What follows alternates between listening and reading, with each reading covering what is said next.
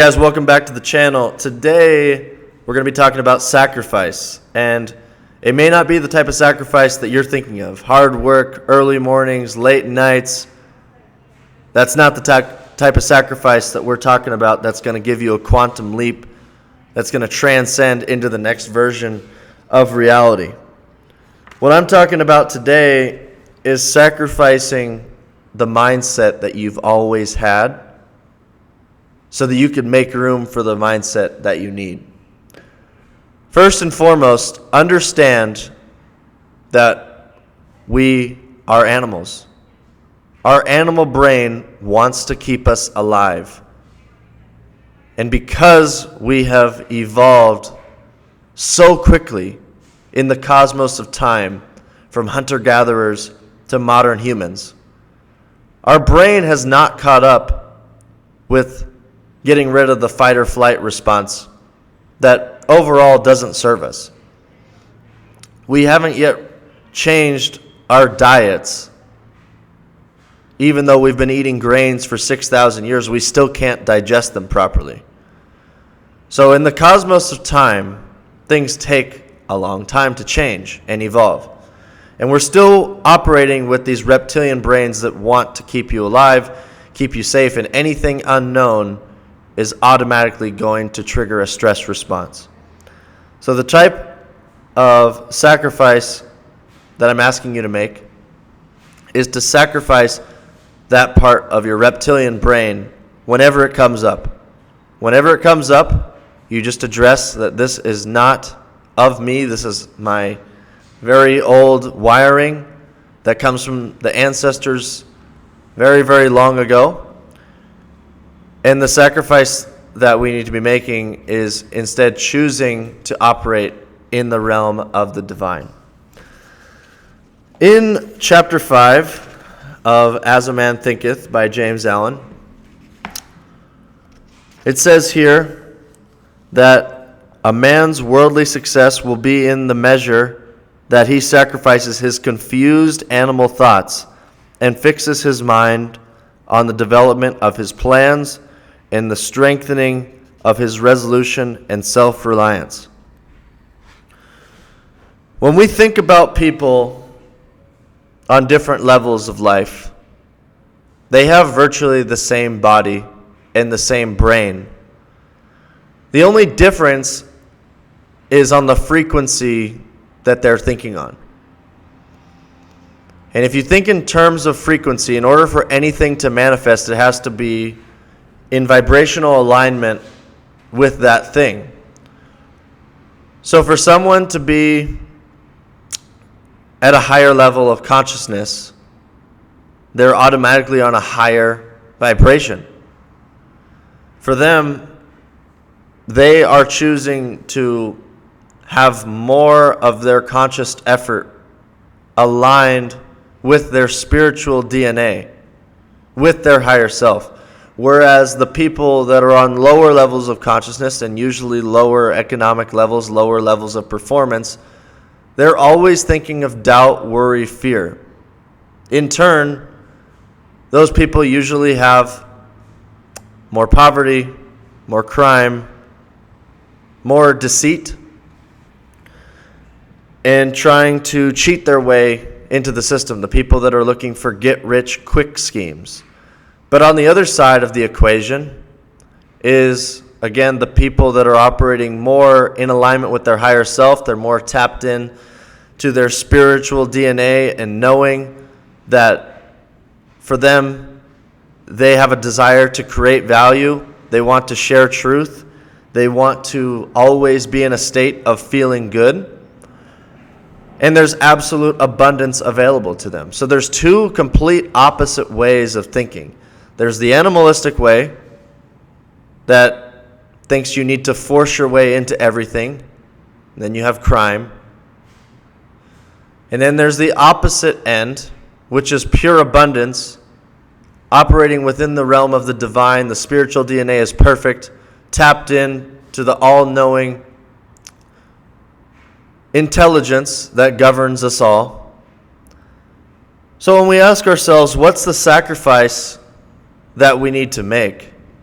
in order to become successful. And by the way, the definition of success is living in alignment with that which you desire. It doesn't necessarily mean a lot of money. It doesn't necessarily mean material possessions. It doesn't mean certain achievements. Success is subjective to you. It's your definition of what do you want? And how you measure success is, do you have it or do you not have it? If you've been following my videos, automatically you're going to now know that you already have it, because you're living in the end, you're using the law of assumption, and that you are now a different person, having a different experience with different things, and you're a completely different person. But the level of your success in its fulfillment is going to be exactly correlated with this. To what percentage are you using your animal brain, your animal tendencies, your confused animal thoughts, versus that you're operating from the divine unlimited power, that you are in alignment with your higher self? The sacrifice that you have to make is not work. You're already doing work no matter what you're doing. In order for you to live in this existence and not be bored, you're going to have work to do. Ideally, it's work that you prefer. But the real work, the really challenging task, is to turn off your animal mind whenever it tries to get your attention. Whenever the doubt and worry comes up, you say no.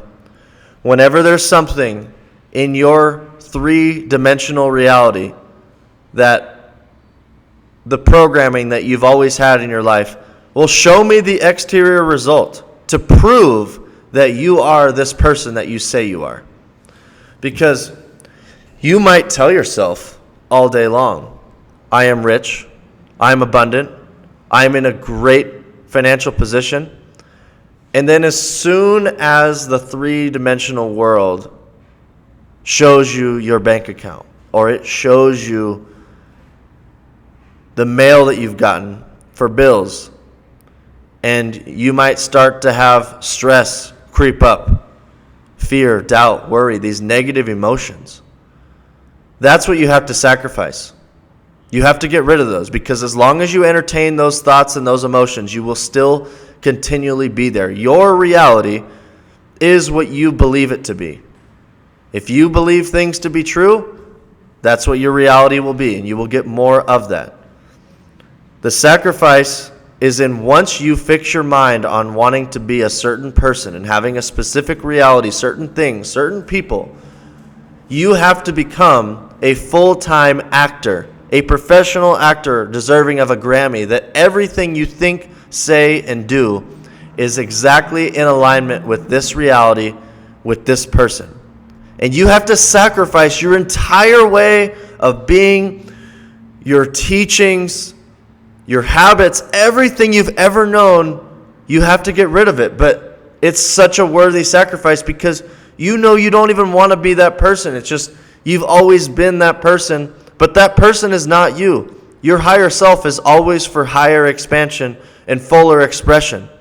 And you want that. You've been given these desires of being, of possessions from your higher self. It was not from you.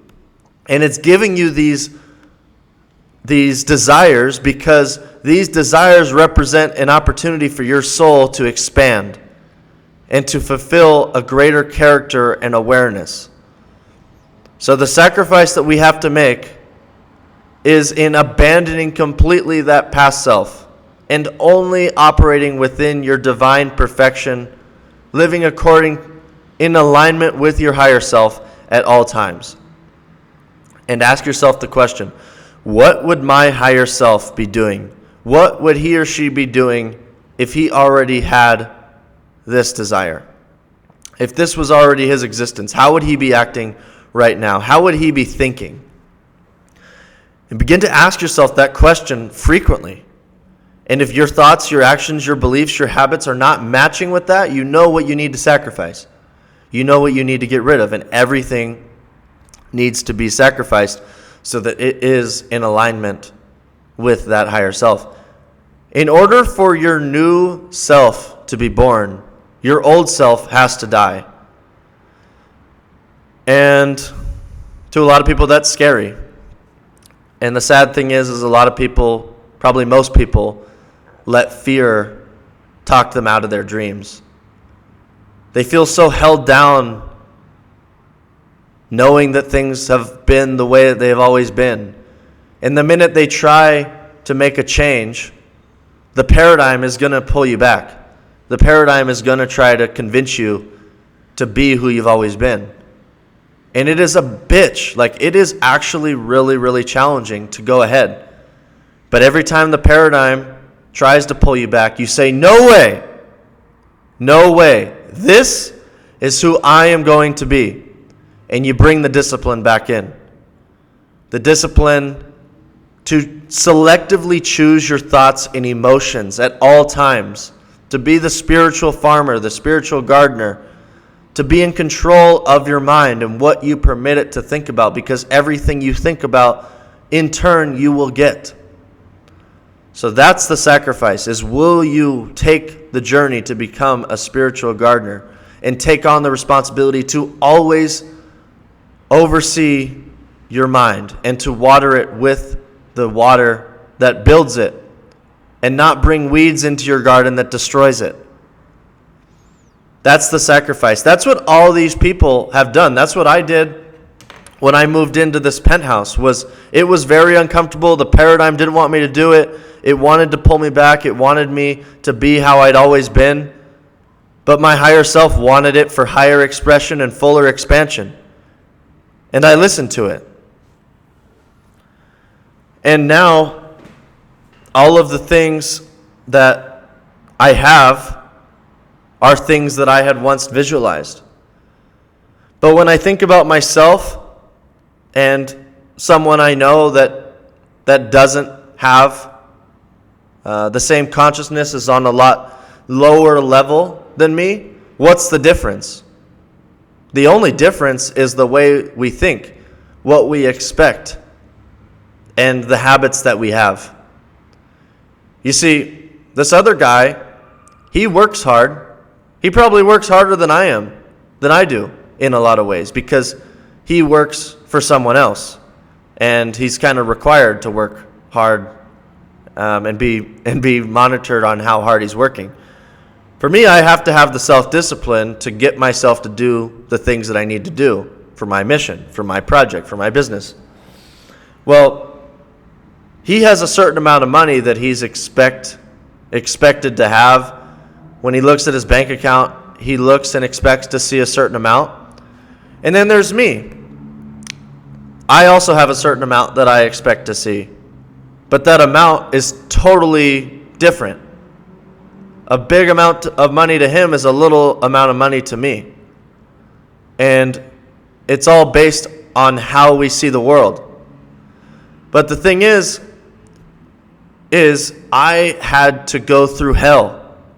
I had to cross so many terror barriers to get to where I am.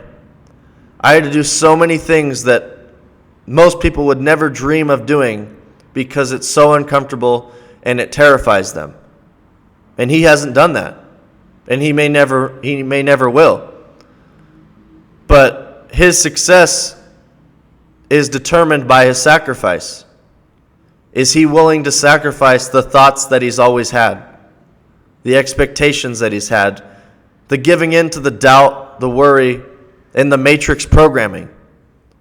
And until he sacrifices that, and until he lets his old self die, he could never reach where he wants to go. So that's the question I'm going to ask you.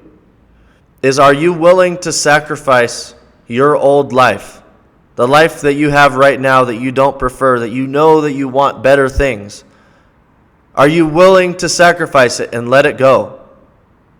Get rid of all of your thoughts, all of your behaviors, all of your habits that are not in alignment with your higher self, of this version of you that has the dream life. What do they do? What do they think? And make your entire existence obsessed with copying that like an actor. And let your old self die. If you aren't willing to do that, then your success is going to be limited based off of what you're willing to sacrifice. And there's people out there that they are at extremely high levels because they've been willing to give everything up and cross every single terror barrier that they've ever come across.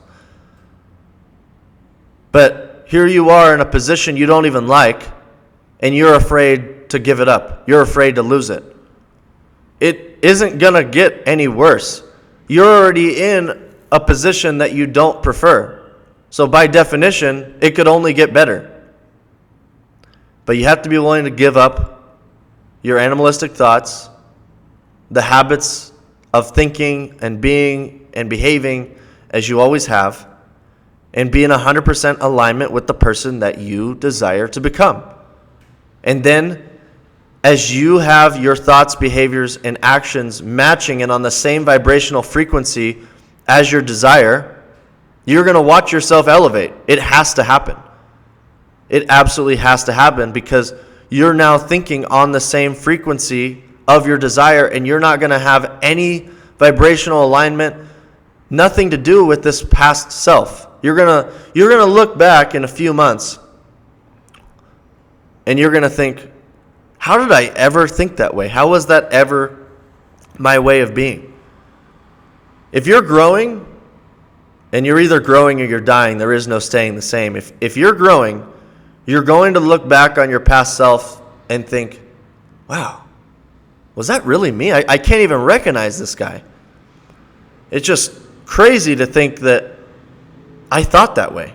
I had these limits. I had these animalistic thoughts that governed me and made me stay stuck. Wow, I really believed in the matrix programming at the time. I can't believe that. But that's what it's about. Nobody's perfect. Well, actually, we're all perfect. We all have perfect spiritual DNA, but meaning we've all made mistakes. We've all succumbed to the matrix programming. The only difference is some of us have woken up and some of us stay there. Most of us stay there. Most of us are not willing to leave behind the world that we've always known. And when you start to wake up, you're going to see everything look different. So, I encourage you, drop the animalistic thinking. Drop the old self. Go full on into this new self. Be obsessed with him or her and be a full-time actor. Use the law of assumption. If there's something you guys want to get rid of, look at one of my old videos, The Vacuum Law of Prosperity. And I'm excited for you guys. We'll see you in the next video.